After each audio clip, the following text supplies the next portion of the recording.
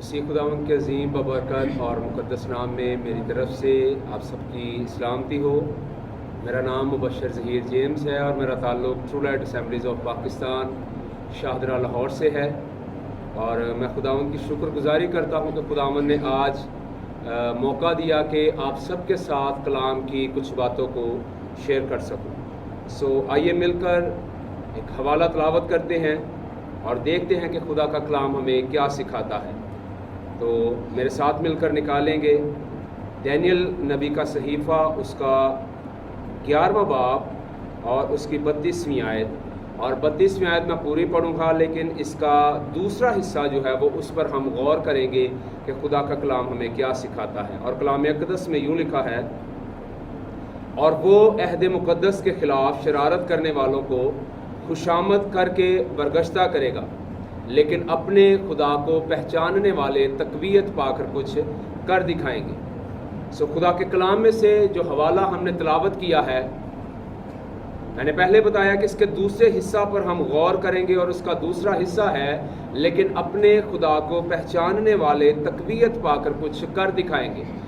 چند ایک ضروری اور اہم باتیں ہیں جن پر ہم غور کریں گے۔ تو سب سے پہلی اس میں بات ہے وہ یہ ہے، لیکن اپنے خدا کو پہچاننے والے۔ اس سے کیا مراد ہے کہ اپنے خدا کو پہچاننے والے؟ خدا کا کلام بڑے واضح طور پر یہ بیان کر رہا ہے کہ ہم نے اپنے خدا کو پہچاننا ہے۔ اس سے مراد یہ ہے، اس کا مطلب یہ ہے کہ اور بہت سے خدا ہیں جو ہمارے ارد گرد جو ہیں وہ بے شمار ہیں، اور ان تمام بے شمار خداؤں میں سے ہم نے اپنے خدا کو پہچاننا ہے کہ ہمارا خدا کون سا ہے۔ مختلف مذاہب کے مختلف خدا ہیں، اور ایک ہی مذہب میں کئی خدا ہیں۔ ایک ریسرچ کے مطابق، اور یہ ریسرچ کافی پرانی ہے، اب حالیہ ریسرچ کے مطابق دنیا میں کتنے مذاہب ہیں اندازہ نہیں ہے، لیکن کافی ایک پرانی ریسرچ ہے، اس کے مطابق تقریباً 117 سے زائد مذاہب اس دنیا میں ہیں، اور ان 117 مذاہب میں بے شمار بلکہ ان گنت خدا ہیں۔ اگر ہم صرف اور صرف ایک مذہب یعنی ہندو مذہب کی بات کریں تو ہندوؤں کے کروڑوں کے حساب سے خدا ہیں، اور اگر ہم دوسرے مذاہب کے خداؤں کو بھی شامل کیا جائے تو پھر اور بڑھ جاتے ہیں۔ لیکن خدا کا کلام ہمیں یہ بیان کرتا ہے کہ لیکن اپنے خدا کو پہچاننے والے تقویت پا کر کچھ کر دکھائیں گے۔ جدید دور کے اندر جدید خدا ہیں، جیسے کہ مثال کے طور پر جس بھی چیز کو آپ سب سے زیادہ ٹائم دیں گے، جس کے لیے آپ دن اور رات جاگیں گے، جس کے لیے آپ کچھ بھی کرنے کے لیے تیار ہوں گے، وہ چیز، وہ آلہ، وہ آپ کے لیے خدا ہے۔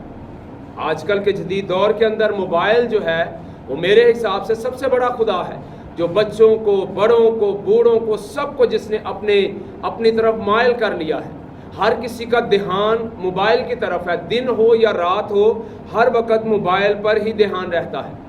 تو جس چیز کو آپ سب سے زیادہ اپنا وقت دیں گے وہ چیز آپ کے لیے آپ کا خدا ہے،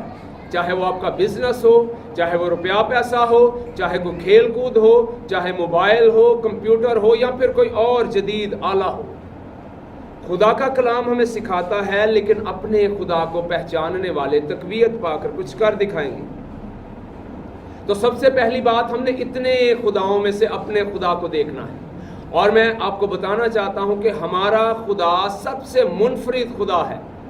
ہمارا خدا سب سے اعلیٰ اور الگ ہے۔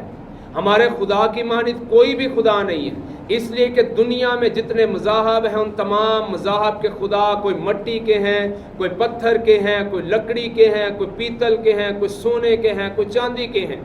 کوئی آگ کی پوجا کرتا ہے، کوئی جانوروں کی پوجا کرتا ہے، کوئی درختوں کی پوجا کرتا ہے۔ تو بے شمار خدا ہیں، لیکن ہمارا خدا منفرد اس طرح سے ہے کہ ہمارا خدا زندہ خدا ہے، اور کلام اقدس بیان کرتا ہے کہ وہ ہر وقت جاگتا رہتا ہے، وہ نہ سوتا ہے نہ انگلاتا ہے۔ کلام اقدس میں لکھا ہے وہ ہماری دعاؤں کو سنتا بھی ہے، ہماری دعاؤں کا جواب بھی دیتا ہے، اور ہماری ہر ایک حاجت رفع کرتا ہے۔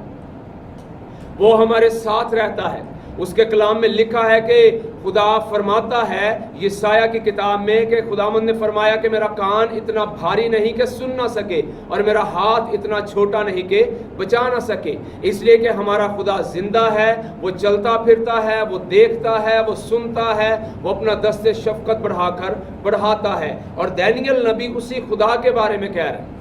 دانیل نبی فرما رہا ہے کہ دنیا میں بے شمار خدا ہیں، ہم کس خدا کی عبادت کر رہے ہیں، ہم نے اس بات کو دیکھنا ہے۔ کیا ہم زندہ خدا یعنی لشکروں کے خدا کی عبادت کر رہے ہیں جو کل کائنات کا خالق بھی ہے اور مالک بھی ہے، یا پھر کسی اور خدا کی؟ اور پھر جب ہم پہچان لیتے ہیں اپنے خدا کو، اہم بات، جب ہم پہچان لیتے ہیں تو اس کے بعد ہمارا خدا ہمیں تقویت دیتا ہے۔ اور خدا کا کلام جب ہم پڑھتے ہیں، زبور کی کتاب ہم پڑھتے ہیں، تو وہاں پر لکھا ہے کہ ہمارا خدا ہمیں عقابوں کی مانند نیا زور بخشتا ہے، وہ اثر نو ہمیں جوان کر دیتا ہے، ایک نئی تقویت، ایک نئی قوت، ایک نئی طاقت ہم میں آ جاتی ہے۔ اور اس کی ایک بہترین مثال ہمیں ملتی ہے جب ہم ایک واقعہ جو بہت مشہور واقعہ ہے، جاتی جولیت اور داؤد کی جنگ کا واقعہ جب ہم پڑھتے ہیں۔ اس دور کے اندر جنگ اس طرح سے بھی کی، ایک قسم تھی جنگ کی کہ اس طرح سے بھی جنگ ہوتی تھی کہ ایک طرح دونوں اطراف سے ایک ایک سورما جو ہے وہ سامنے آتے تھے، اور جو بھی ہار جاتا تھا وہ پوری کی پوری فوج، پورا کا پورا ملک جو ہے وہ دوسرا اسیر کر لیتے تھے۔ جو جنگ جیت جاتے تھے وہ دوسرے کو اسیر کر لیتے تھے۔ اور فلسطینیوں کے درمیان بھی اور یہودیوں کے درمیان بھی یہی معاملہ تھا کہ اگر جاتی جولیت یا داؤد میں سے جو کوئی بھی ہار جائے گا، جو جیتنے والا ملک ہوگا وہ دوسرے کو اسیر کر لے گا۔